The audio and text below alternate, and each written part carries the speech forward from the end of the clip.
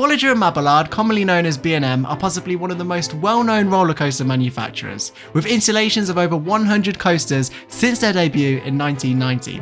With countless installations of popular coaster models like the inverted, sit-down, flying, have newer B&Ms lost the charm and quality older B&M coasters have?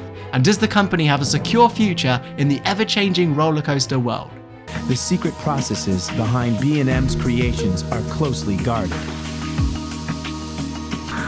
It begins with some serious firepower.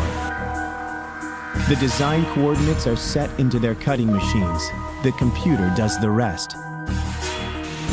The company opened their first ever roller coaster as Iron Wolf in Six Flags Great America, which is a stand-up model. Wow, we really have gone full circle back around. That coaster still lives on, but with sit-down trains at another Six Flags park. Focusing on the UK though, arguably B&M have created some of the most recognised coasters, the Swarm, Air, Nemesis, Nemesis Inferno, and also newer ones like Nemesis, Nemesis Reborn, and Mandrill Mayhem.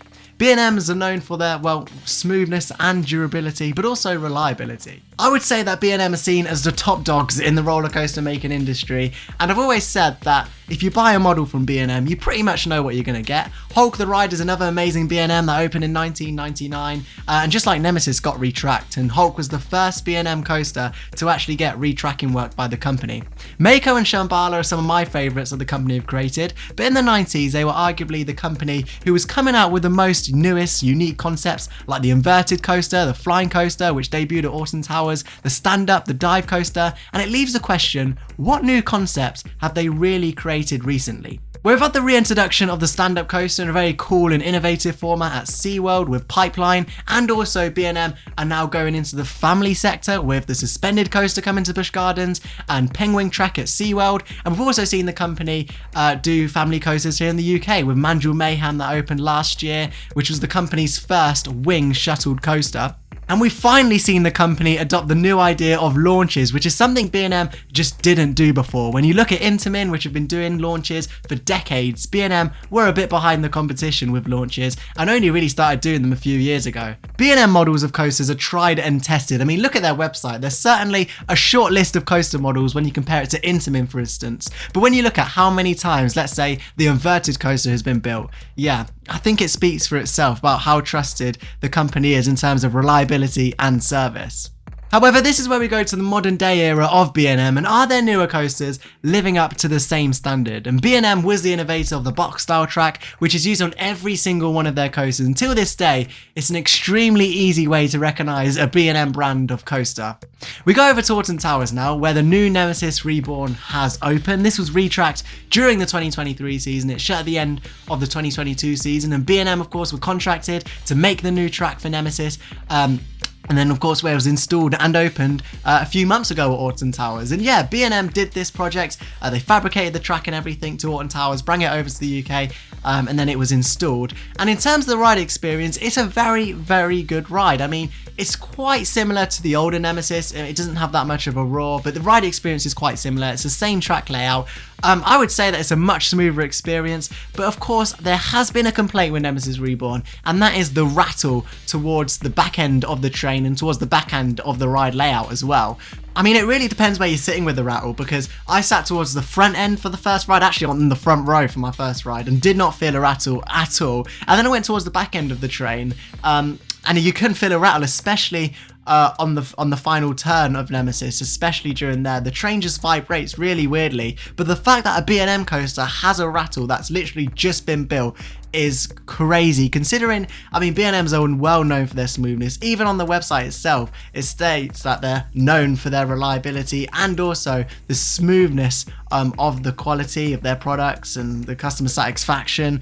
But the fact that Nemesis Reborn had a rattle in the first place was definitely surprising for me and so many coaster enthusiasts. I mean, when you go to Spain and ride Shambhala or Mako at SeaWorld, they're just smooth B&M hypercoasters.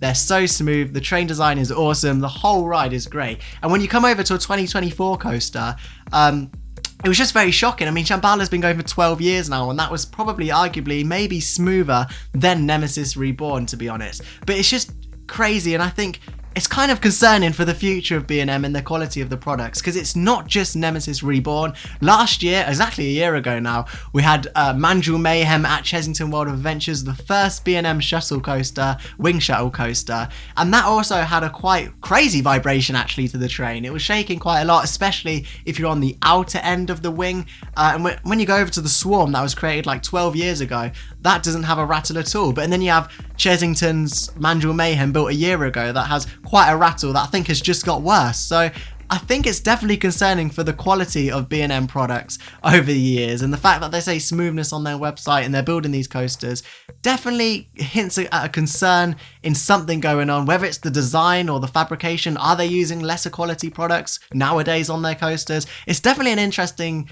topic, but it's not just here in the UK. Dorney Park recently opened Iron Menace, which is a B&M dive coaster, and once again a signature model that they've been doing since the 90s, and yeah, a new one opened at Dorney Park, and they released this video, a rider cam video, of a train full of people, and you can see their heads just jolting left to right really, really harshly. And considering that's a new B&M that they've just literally installed, one of the first trains going round, and that's the experience of one of the riders going left to right.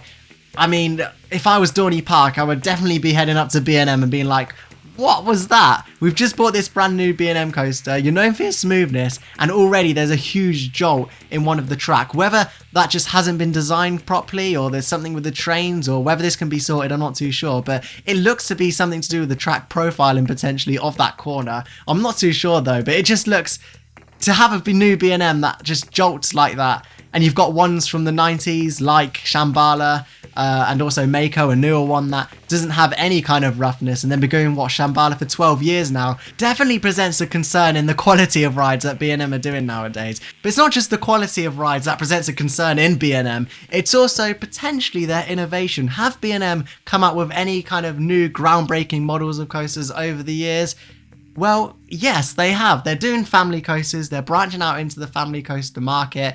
We've seen that with Penguin Trek at SeaWorld, which is opening shortly, and also Busch Gardens' new suspended family coaster as well. I mean, there's only one suspended family coaster that B&M have created. That was over in China quite a long time ago now, actually. But I think they're definitely going more into the family market kind of thing, and also experimenting. I mean, we really saw that with Chessington, highlighting that B&M was ready to change and make innovations with the launch and with the shuttle coaster, and with being a family coaster as well, was quite a big step as well, I think, for the company. But in terms of like big statements of coasters, I personally don't think we've seen a lot with B&M. I mean, we got the inverted coaster in the 90s, also the flying coaster in the 90s as well, the sit down coaster in the 90s with Kumba, Oblivion as well debuted the dive coaster. Have we seen a groundbreaking proper big model in the 2000s or late 2000s, 2024? Have we seen anything that's groundbreaking in the roller coaster industry? Well, I would argue not. A lot